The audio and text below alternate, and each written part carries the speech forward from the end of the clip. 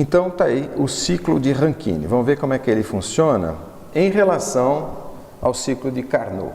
Tá? Eu estava dizendo para vocês, né, que o ciclo de Carnot ele não é prático, eu vou explicar por que ele não é prático, mas ele serve de referência, assim como o Stirling serve de referência para o Otto e para o Diesel, por exemplo. Tá?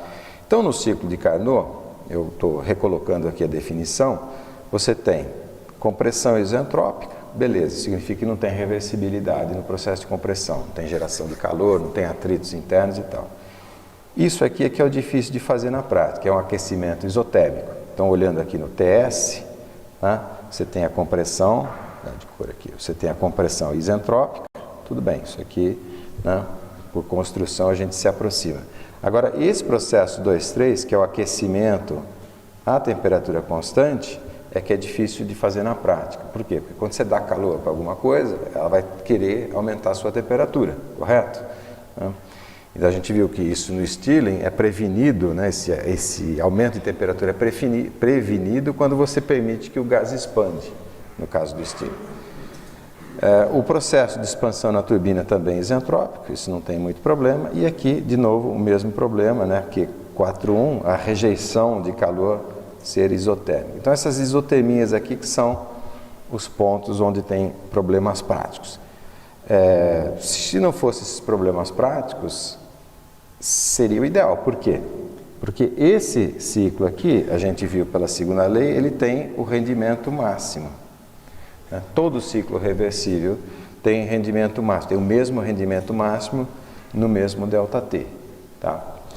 Então vamos ver quais são esses problemas práticos ou como a gente poderia obter, como eu disse, as trocas de calor de forma isotérmica com um fluido vapor. A gente viu isso no Stirling, a gente viu, de novo repetindo, né, que o aumento da temperatura é evitado quando você permite que o gás expande dentro do cilindro.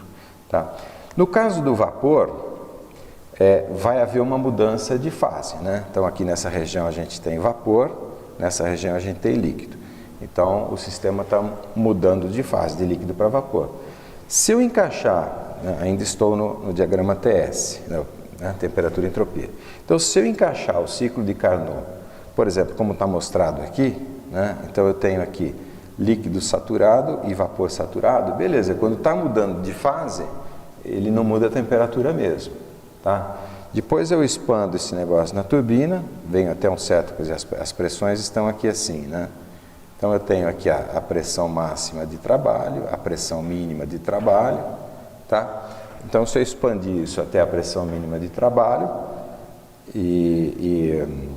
faço a rejeição, quer dizer, eu tenho aqui nesse ponto, essa estrela aqui é uma mistura de líquido e vapor, mas tudo bem, conforme vai cedendo o calor aqui, vai condensando, né? E a temperatura permanece constante de qualquer forma. Tá ok? Então, aparentemente seria possível. Quais são os problemas práticos dessa configuração? Primeiro,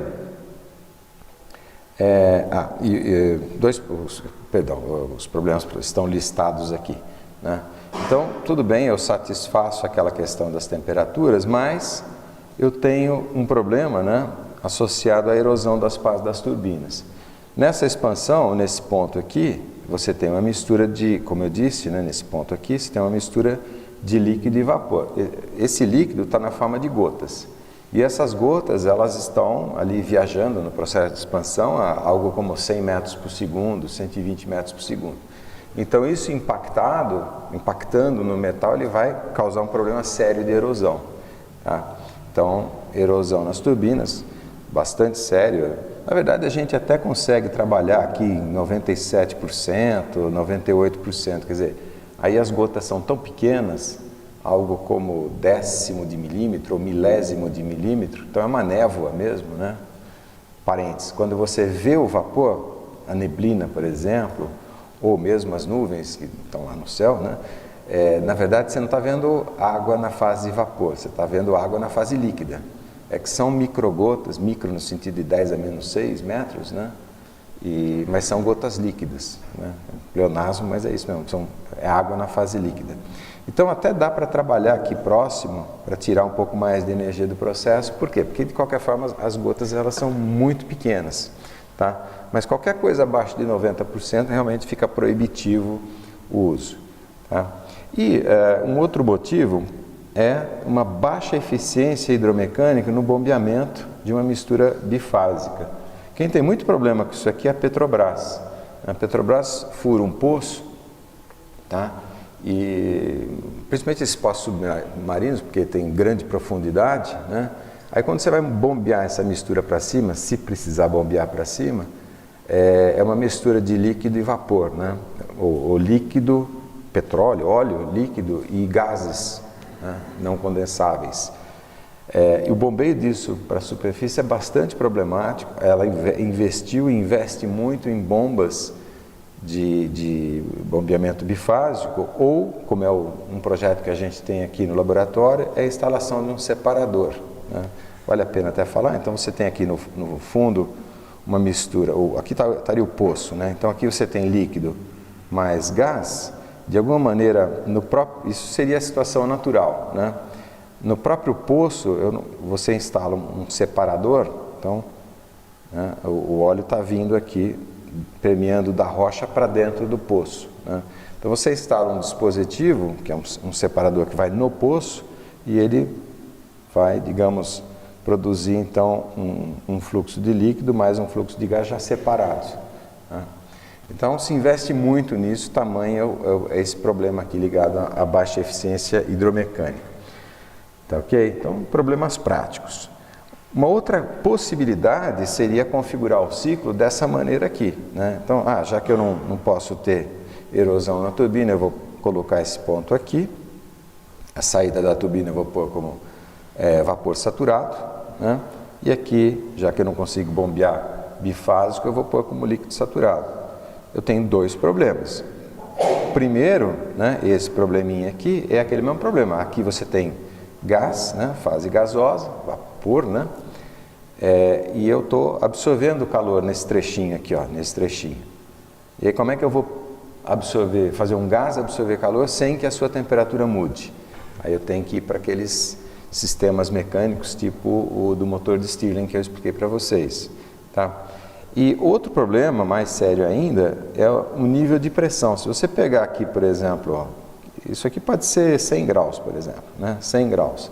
Se você aquecer isentropicamente de 100 para 500 graus que seja, tá? Se eu entrar com isso lá no RefProp, ele não vai nem conseguir calcular a pressão de tão alto que é a pressão, tá? Então, tipicamente, são pressões maiores que 10 a quinta atmosferas, né?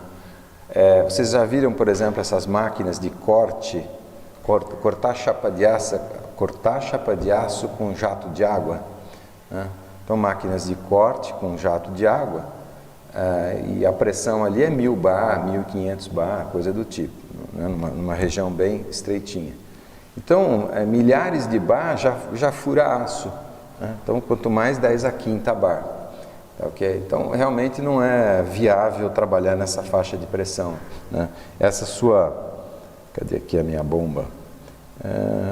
Por exemplo, essa bomba aqui, né, ela teria que bombear algo como 10.000 bar, então toda essa tubulação aqui, tá, teria que aguentar essa pressão, não vai, né? Não vai conseguir, tá ok? Então, outros problemas práticos, tá?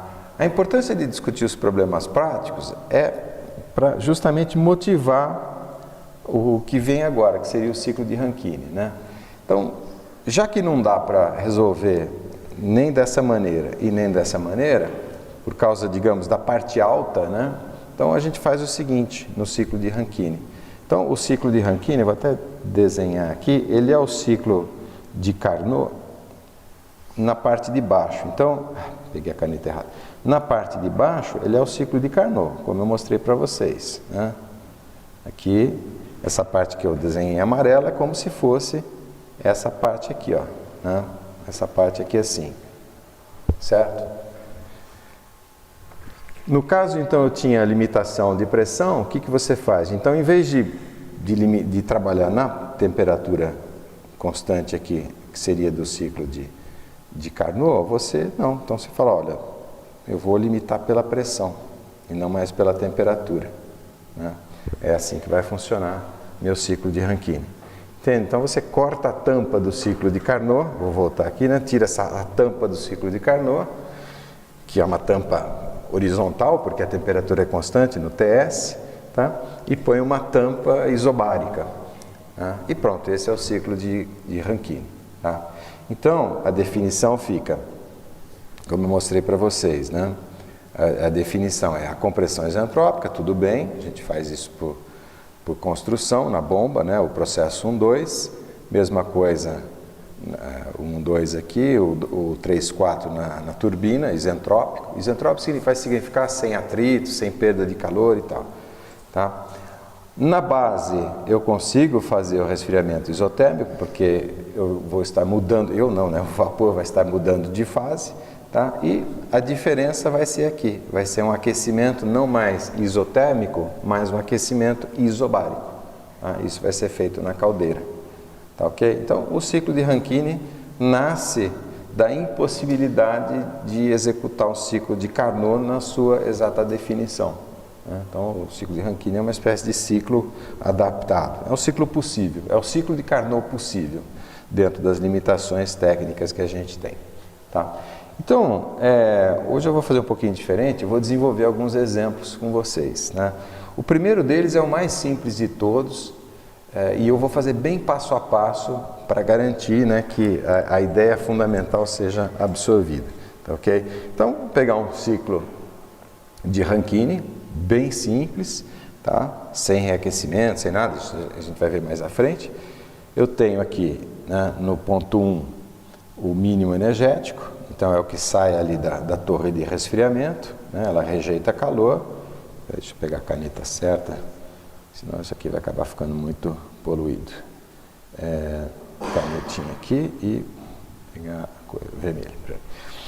Então, o meu mínimo energético em 1, bombeio, né, para a pressão de trabalho, aquela pressão que eu chamei de tampa isobárica do ciclo de Carnot, tá? Pressão máxima, mas ainda a temperatura não é alta, tá? Vai absorver o calor QH na caldeira e, para a gente fazer as continhas, vamos supor que essa pressão de trabalho seja 3 megapascais, 30 bar e 350 graus Celsius, tá ok? Então, o ponto 3 ali é o máximo energético, 350 graus, 3 megapascais, vai expandir na turbina, vai produzir trabalho e vai gerar vapor saturado aqui. Tá?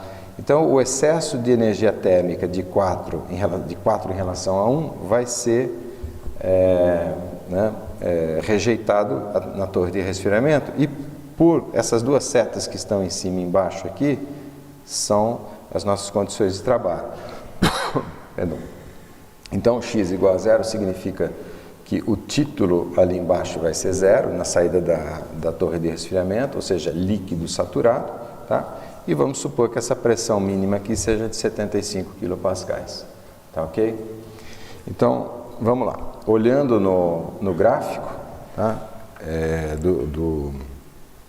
Esses pontos que eu defini para vocês, né? Então, as pressões 75 kPa, ou 3 megapascais, né? 3.000 kPa, o mega é 10 a terceira, você sabe. Ok? O mega não é 10 a terceira, o mega é 10 a sexta, mas aqui é 10 a terceira vezes K, e o K é 10 a terceira. Pronto. Certo. Então, o ponto 1 ali é líquido saturado, tá? É o nosso mínimo energético. Aquece. Vamos seguir aqui na figura que é interessante. Então, você aquece até o nível de pressão de trabalho. Isso aqui é interessante, você pode pôr até uma válvula na saída da bomba e aí você começa a comprimir, quando ela, uma válvula de alívio, né?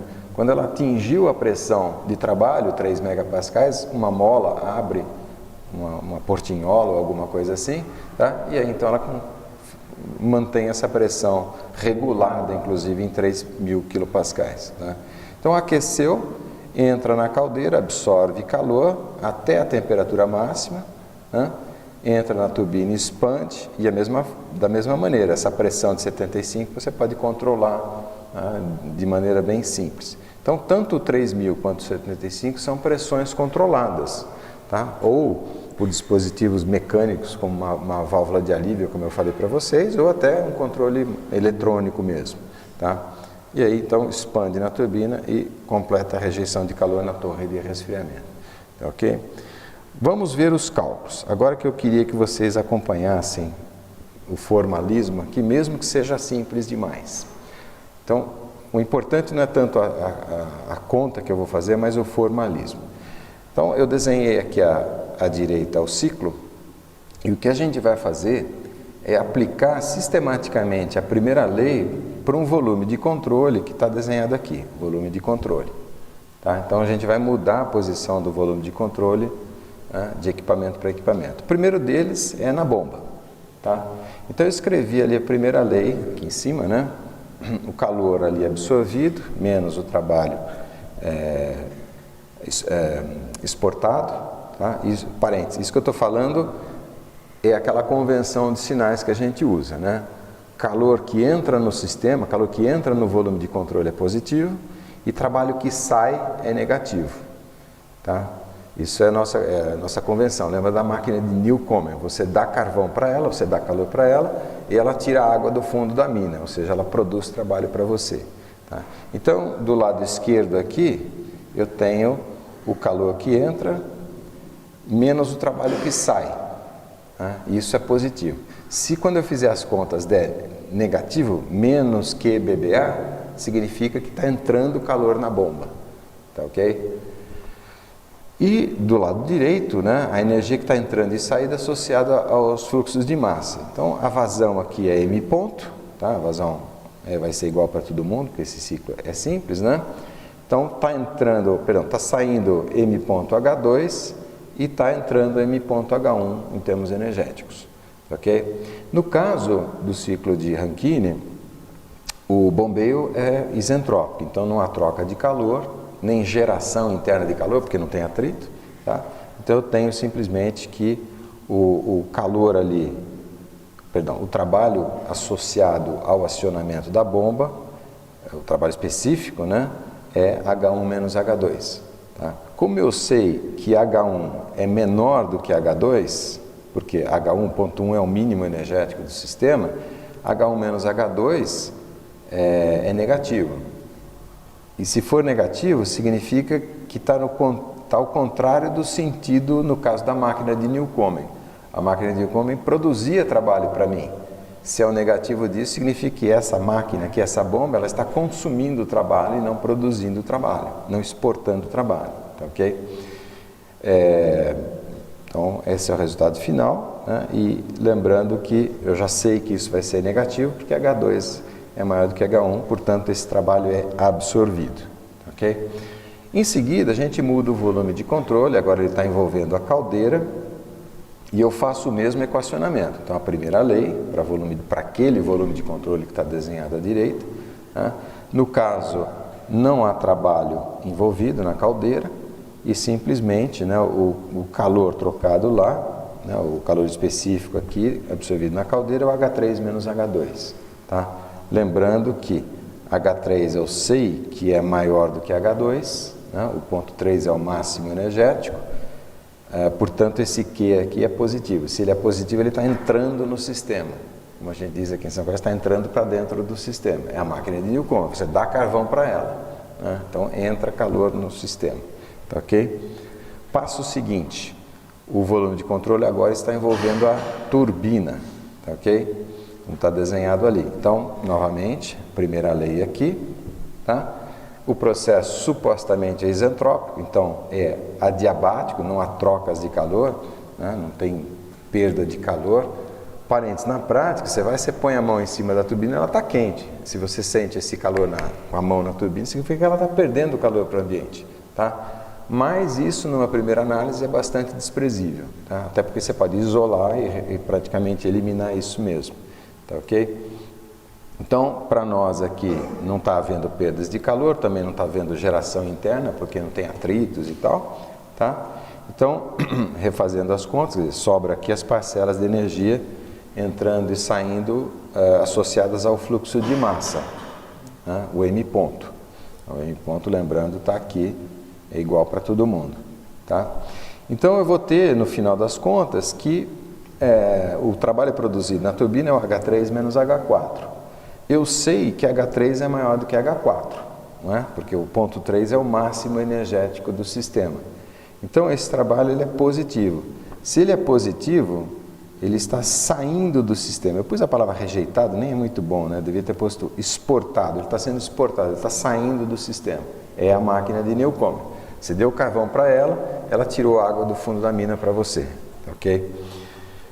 Por fim, o volume de controle agora em torno da torre de resfriamento, ok? Mesma coisa, primeira lei, né? Primeira lei, no caso não tem trabalho envolvido, e aqui sobra só os calores ou a energia. Lembra, esse H sempre é U mais PV, vale a pena lembrar, H é U mais PV. A parcela U, que é a energia interna, tem a ver com a temperatura, então energia térmica, vamos dizer assim. E PV é o trabalho de fluxo, lembra que a gente deduziu. Então a parcela H, a entalpia, ela contém essas duas parcelas energéticas, que a gente poderia chamar, assim, grosso modo, de energia termodinâmica, né? Então ali, o M1H1 é a energia termodinâmica associada ao fluxo que está deixando o volume de controle, no meu inventário energético, né? E a parcela M.H4 é a energia, entre aspas, termodinâmica que está entrando no volume de controle, ok? Rearranjando os termos, eu tenho que o calor da torre de resfriamento é H1 menos H4. De novo, eu sei que H1 é menor do que H4, porque o 1 aqui é o mínimo energético do sistema. Portanto, esse H1 menos H4 é negativo, isso significa que realmente o calor está saindo do sistema, ele é rejeitado. Tá claro? Foi meio rapidinho assim, mas eu espero que vocês tenham acompanhado. Agora, eu não sei se vocês perceberam, né? Eu vou voltar aqui, né? Todas essas expressões que eu obtive, essa daqui, fazer uma estrelinha aqui de Davi, tá? Essa daqui, vou até apagar a seta e deixar a estrela ali, né? Então, a setinha aqui, estrela, e mais essa daqui, de novo, apagar. É duro ser perfeccionista, sabe? Não tem como. Então, essas expressões estrela, aqui que eu mostrei, todas elas são ΔH, tá vendo? Eu queria fazer essa animação para vocês, né? Então, o trabalho nosso agora é determinar essas entalpias. Só isso. Aí, a hora que eu determinar H1, 2, 3, 4, eu consigo fazer todos esses cálculos, né? Então, vamos ver como é que isso pode ser feito, tá? E aqui é mais ou menos como o alpinista, né? Então, a gente vai ter um ponto de partida, que é o ponto 1, eu conheço do ponto 1, eu acho que eu vou usar, né? Do ponto 1 eu conheço aqui duas coisas, eu sempre preciso de duas coordenadas, né? Do GPS ali do meu sistema termodinâmico. Eu conheço o quê? Eu conheço a pressão, 75 kPa, e sei que o título é zero, portanto ele está na interseção da isobárica, né? 75K com a linha de líquido saturado, x igual a zero. Então, esse ponto eu sei quanto que ele é, né? E aí, agora eu vou ficar mudando para o RefProp, ok? Deixa eu só controlar o tempo aqui, acho que eu estou conseguindo. Então, o RefProp está aqui, eu já deixei ele aberto, né? Água, tá? E eu vou calcular agora um ponto de saturação, né? Então, eu venho aqui, eu posso entrar ou com a pressão ou com a temperatura. Eu sei que isso... era só por 0,75, mas vamos aproveitar que eu estou trabalhando em quilopascais. Eu vou mudar a unidade da pressão para quilopascais, só para vocês verem como é que eu faço isso, né? Então, fiz meio rápido, né? Então, Options, Units, e aí escolho para trabalhar com quilopascais, tá? Ok, né? Então, eu venho aqui, Saturation Points, e aí eu vou dizer que a minha pressão de saturação é 75 kPa. Enter. Então eu tenho todos os dados, tanto do líquido, né, do que está na esquerda ali, quanto do que está na direita. Então a entalpia do líquido, liquid enthalpy, tá vendo?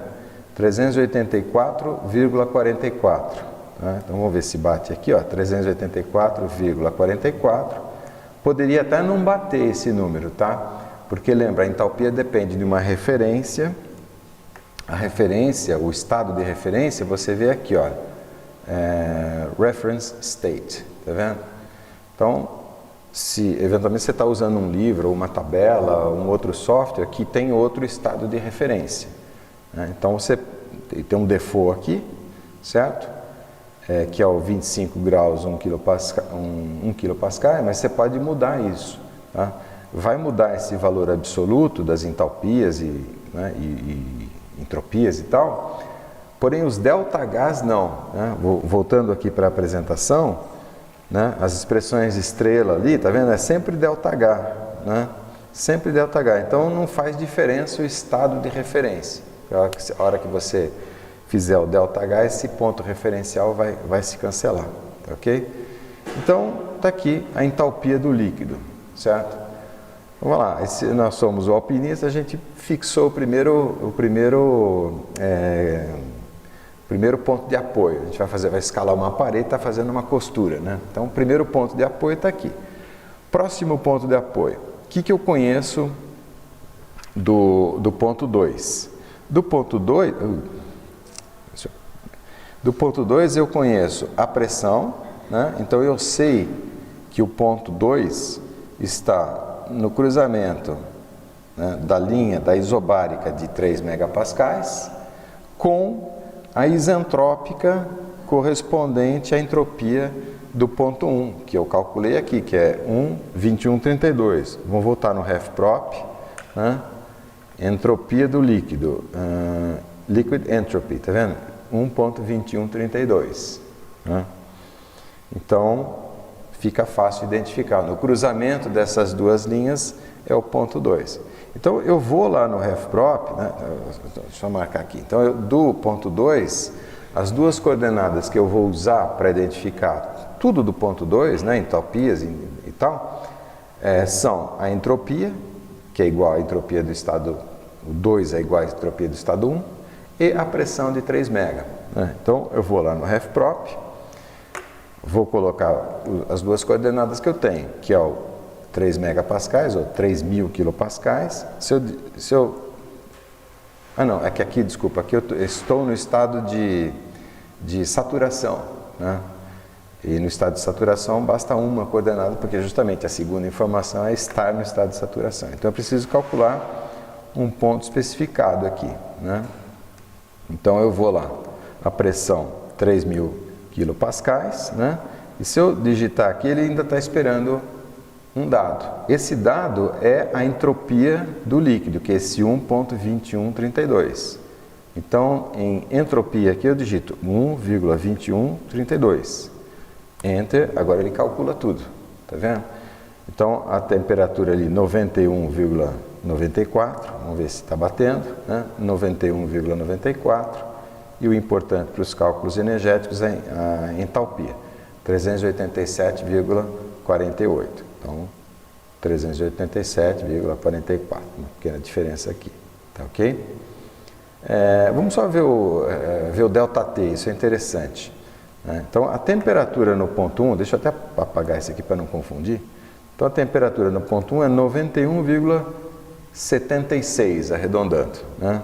A temperatura no ponto 2 é 91,95, né? Então, aqueceu menos de meio grau aqui, certo? E aquilo que eu falei para vocês, né? Quando você aquece na bomba, a bomba faz pressão, portanto, ela faz força.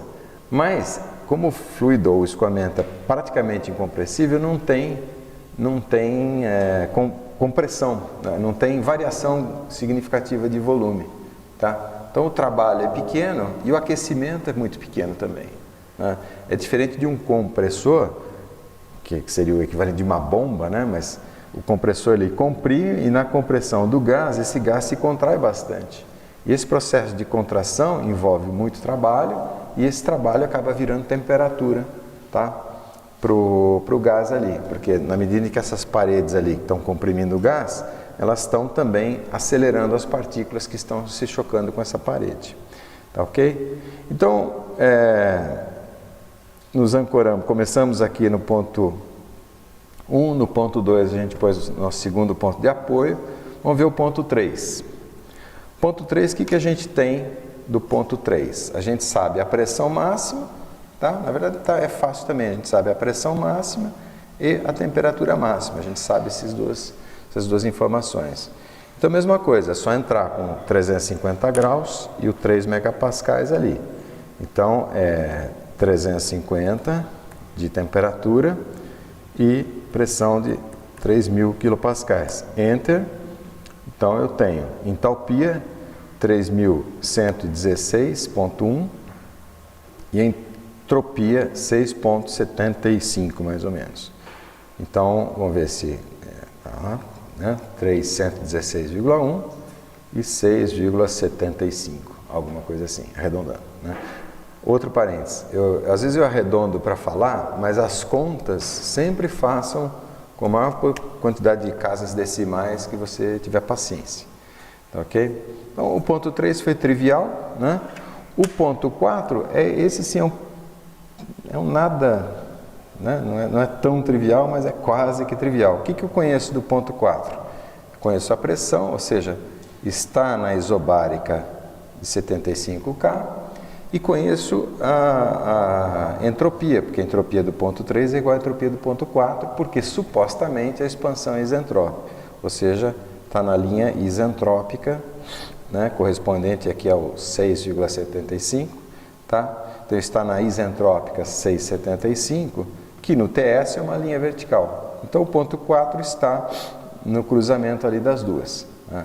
Então, se eu entrar com esses dados aqui, olha, então eu tenho a pressão 75, eu vou por aqui, peraí, aqui em cima são os estados de saturação, é que eu vou usar os dois, na verdade. Então, vamos fazer o seguinte, eu quero que apareça o título. Então, eu esqueci de fazer isso no começo. Então, em propriedades, eu vou marcar que eu quero que ele calcule o título para mim também, ok? Então, quality. Isso não se aplica a essa janela, então vou deixar ela fechadinha aqui e vou abrir outra aqui para poder fazer. Aí, tá vendo? Já aparece o título aqui. Então, o ponto que eu preciso... Perdão. Aqui, né? Então, a pressão aqui é 75, né? E o que eu preciso agora é da entropia. A entropia é a entropia do ponto 3, que é esse 6,7449, né? Essa é a entropia aqui. Então, 6,7449. Eu dou Enter, vendo? Ele calcula entalpia e tal, e calcula também o título. Se eu não tivesse o título, como é que eu faria para calcular o título? Quer dizer, se o RefProp não calculasse o título para mim, como é que eu faria para calcular esse título? É importante essa questão aqui, mas então vamos ver. É o seguinte, então vamos supor, né, eu vou fechar essa janela e vou trabalhar com essa, tá, ok? Sem o título, e vou ensinar vocês a calcular o título. Ok? Então, vou refazer aqui, né, 75 quilopascais. E na entropia eu vou pôr 6,7449, ok? Então, deu para mim uma entalpia de 2,403. Então, esse 2,403 é, aqui ó, 2,403, arredondando, ok? Eu já sei que o título é 0,80 e poucos, né, 88%, porque... né, já calculei, mas vou fazer o cálculo aqui do lado para vocês. Vou até pegar minha canetinha. Então, esse ponto aqui, né, ele está naquela... O 2.403, né, vou escrever arredondado aqui, mas a conta eu vou fazer... Peraí. 2.403, tá? Na verdade é esse, tá? Eu tenho que o líquido saturado, perdão, o vapor saturado e o líquido saturado, se eu quiser saber, eu tenho isso já aqui, olha, né? É o líquido a 75K, né? Então, o líquido saturado, ele tem entalpia de 384, né? Então, esse ponto aqui é 384, certo? E o vapor saturado é entalpia do vapor saturado, 2.662, tá? 2.662, Ok? Então aquele título ali de 0,88, na verdade eu calculo pela própria definição, né? A definição de título é o H da mistura, tá? Menos o H do líquido dividido pelo H do vapor menos o H do líquido. Na verdade pode ser também a mesma coisa, né? Para, sei lá, energia interna menos a energia interna do líquido sobre energia interna do vapor menos a energia interna do líquido, tá? Eu tenho, na verdade, esses dados aqui. Eu tenho o H do líquido, que é o 384, né? Aqui. Não sei por que não está escrevendo aqui. Peraí. Então eu tenho aqui 384. Nossa, deu um pau aqui nas minhas coisas aqui. Vou pegar o pointer então, pronto. Então eu tenho aqui o H do líquido é o 384, ele entra aqui, né? 384. O H do vapor é o 2662, entra aqui. E o H da mistura, 2.403, entra aqui. Quando eu faço a conta, dá 88,6%. Essa é exatamente a conta que o RefProp faz internamente. Tá? É importante isso, porque no último exemplo que eu vou resolver, eu vou cometer de propósito um erro, muito entre aspas, né? Para ver a influência que isso tem. Tá? Quando eu for... porque isso aqui, deixa eu só deixar isso bem claro, isso que eu acabei de escrever aqui é válido para a entropia também, ou seja, S menos SL dividido por S do vapor menos S do líquido. Então isso aqui é válido também se a propriedade que você está usando é a entropia, tá? Desde que você esteja em algum estado de saturação, ou seja, tem uma mistura de líquido e vapor. Só que nós vamos obter exatamente esse mesmo, quer dizer, vamos cair nesse problema, tá? Daqui a pouco, tá ok? Bom, então, com isso, tudo isso era só para calcular o título, na verdade eu nem precisava, porque eu precisava só calcular a entalpia para fazer os cálculos todos de eficiência, né? Então, o meu rendimento, tá? Ele é o trabalho líquido, certo? Dividido pelo calor da fonte quente.